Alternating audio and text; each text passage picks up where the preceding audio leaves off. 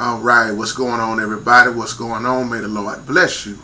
I pray all is well with everybody on this beautiful, blessed day as we give the Lord all the honor, the glory, and all the praise.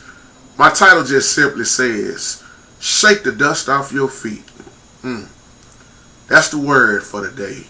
Shake the dust off your feet. In Matthew chapter 10, when you see the commissioning of the 12, from verses 5 to 15, you read those scriptures, and it's very serious. Because that was the time when Jesus sent his 12 out. And when you get to verse 14, which is what I want to teach on right here, is he said if anyone refuses to welcome you or listen to your words, shake the dust off your feet as you leave that house or city. And then right after that he said, I assure you that it will be more bearable for the land of Sodom and Gomorrah on Judgment Day than it will be for that city. You know, we oftentimes quote this scripture, y'all. But do we go back and do the studying to get the true meaning, shaking the dust from the feet? And when you go back and look at what the Jews done a lot of times in them days, and in this case, we're talking about the 12, because we already know a lot of Jews rejected Jesus. They did. He was rejected by his own, and he had to keep going. And a lot of times we don't understand that we are being rejected, and we got to keep going. That means with family, I don't care who it is, church folks, you got to keep going because everybody's not going to accept you. See, shaking the dust from the feet was a practice of the Jews during the New Testament times. In the biblical times, when leaving Gentile cities, and we know that Gentile simply means nations. So in the biblical times, when leaving of Gentile cities, some of the Jews often shook the dust from their feet to show their separation from Gentile practices. If the disciples shook the dust off a Jewish town from their feet, that showed that the disciples were separated from the Jews who rejected the Messiah. So that's the main reason why they would shake the dust off their feet.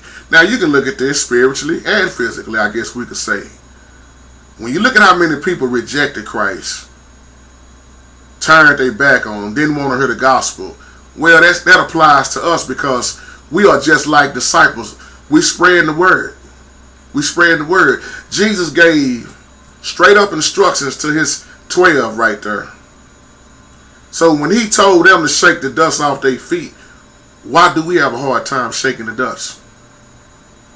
Why do we keep trying to speak the word to people who continue to reject it? And y'all wonder why I say I don't waste time on certain people. Because I know that their mind is made up. They already got it in their heart. They're gonna just reject it. You're gonna either accept it or you're gonna reject it. Once you spread the word, my brothers and sisters, there is nothing else you can do but pray for folks and go on about your business. So once again, the disciples was taking the message to the Jews, and the thing was, the Jews was expecting God to do good things to them. If nobody welcomed the good news about the Messiah, the disciples were not responsible for those people. They showed this when they shook the dust off their feet. That's why that was a Jewish custom. The Jews did this when they returned home from another country. Anything that the Jews touched among foreigners made the Jews dirty. That's why you look in the Bible, a lot of times Gentiles was considered dirty. So they shook off those things before they went into their home. Because the thing about it, y'all, if you don't shake the dust off your feet, you know what's going to happen? It will hinder you. And you will not be able to move on like you need to, because you will be stuck on people, arguing with people about stuff that their mind is made up on. So we look at the ones who rejected the word, and let's look at it right now. Look at how many people rejecting the word. This is why you can't force the word on nobody. As a matter of fact, when you read Acts chapter 13, Paul and his greatest encourager Barnabas, in Acts chapter 13, they had to shake the dust off their feet when they were expelled out of Antioch. Even on here and in my life, I have to keep it moving on certain people. So when you look at this and then think about this with your mind as we close. This also has to do with what you walk away with in your mind. What are you carrying in your mind? Because this is a powerful tool of prayer. I look at this in the spirit, y'all. See, there is nothing like a peace of mind. A lot of people don't have a peace of mind right now. And for order you to keep your mind clear, it got to be stayed on the Lord.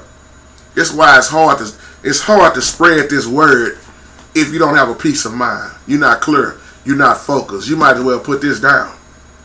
How many of y'all have felt good when you left a messed up church?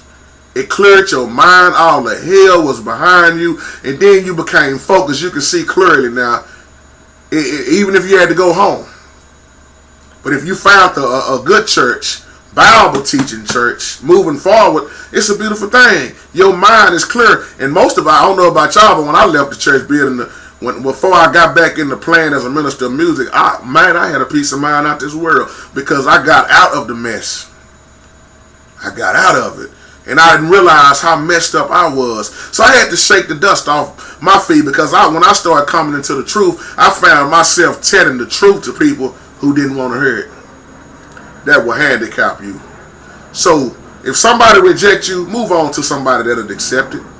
Don't waste time with people who got their mind made up. So I leave y'all with this. You leave all your thoughts and all them feelings behind, and you move forward with God, with God's peace in your heart and your mind.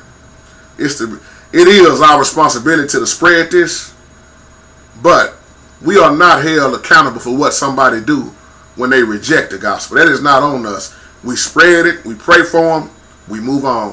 What they do with it, if they reject it or accept it, that's their business. Y'all have a wonderful, blessed day. That's the word for today. Lord, say the same. See you later on. Peace and take care.